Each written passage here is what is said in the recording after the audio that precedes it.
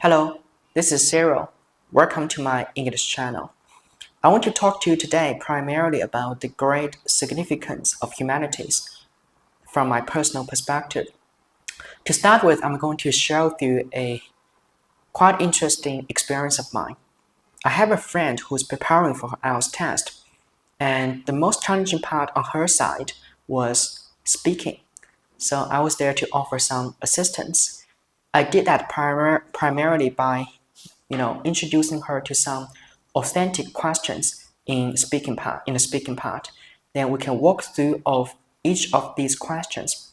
By listening to her answer, I can, give her some suggestions about how to rectify the mistakes made and maybe try to refine some points that she phrased correctly. So that's the basic procedure. And it worked pretty well as far as I'm concerned. So because she made some remarkable progress with regard to her English ability. However, I think that there might be an obvious, let's say, downside of this traditional way of practice, which is it's too boring, right? Especially when it lasts very long. So I think we can add some new interesting elements to this practice. And she said, all right, why not? So I thereof introduced her to some literary works in the English language. For example, I recommended a piece in the remains of the day to her, where the two protagonists were having a conversation, and they haven't seen each other for a long time. But through this dialogue, once they were reunited, they finally discovered that they used to love each other very deeply. But there's no turning back because they have already had their different lives respectively.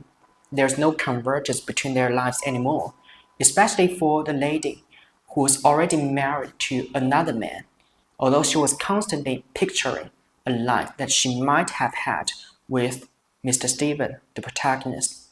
But it's just imagination. We couldn't just dwell on what might have been in our lives. We have to move on. That is the basic motif of this story.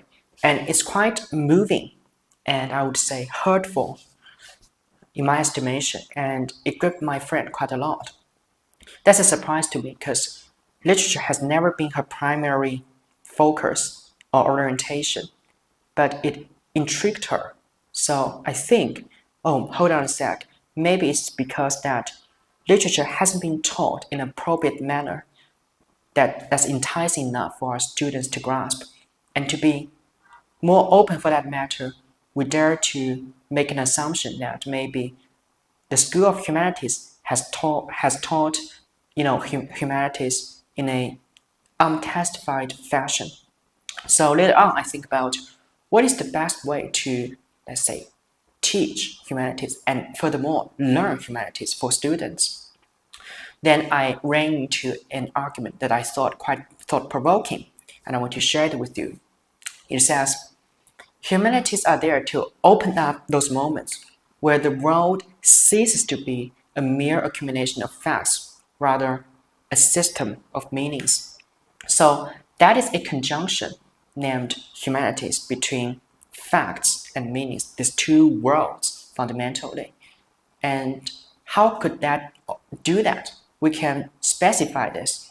For example, in literature, we, without the agony of direct experience, can experience different lives in the fictional world by looking at the world through the eyes of those protagonists, those fictional figures in novels. And by experiencing the, let's say, things that happen in that parallel universe, we can get a sense of what our life would be like if we try out those different personalities, different journeys. And actually, it's a journey of self-discovery.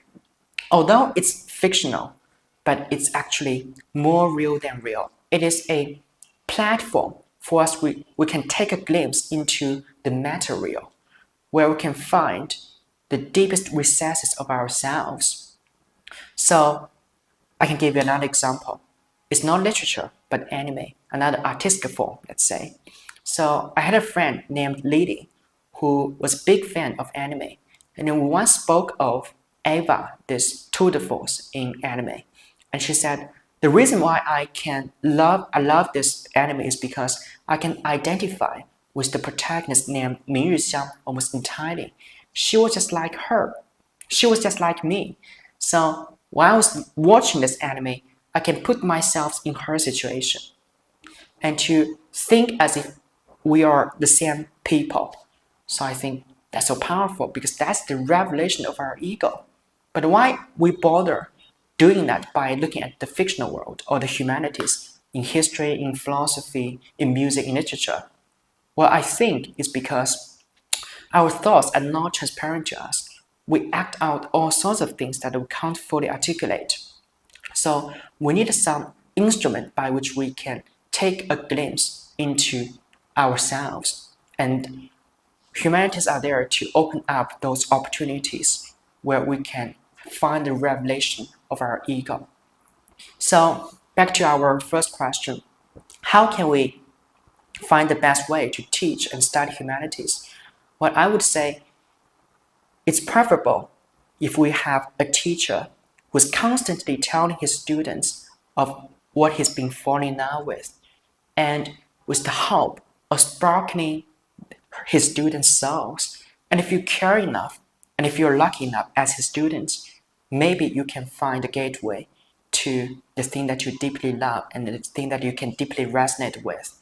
And then maybe that is also the gateway to truth, wisdom, beauty, which is our internal home and which is something that humanities can provide us with. And that's my answer. Thank you.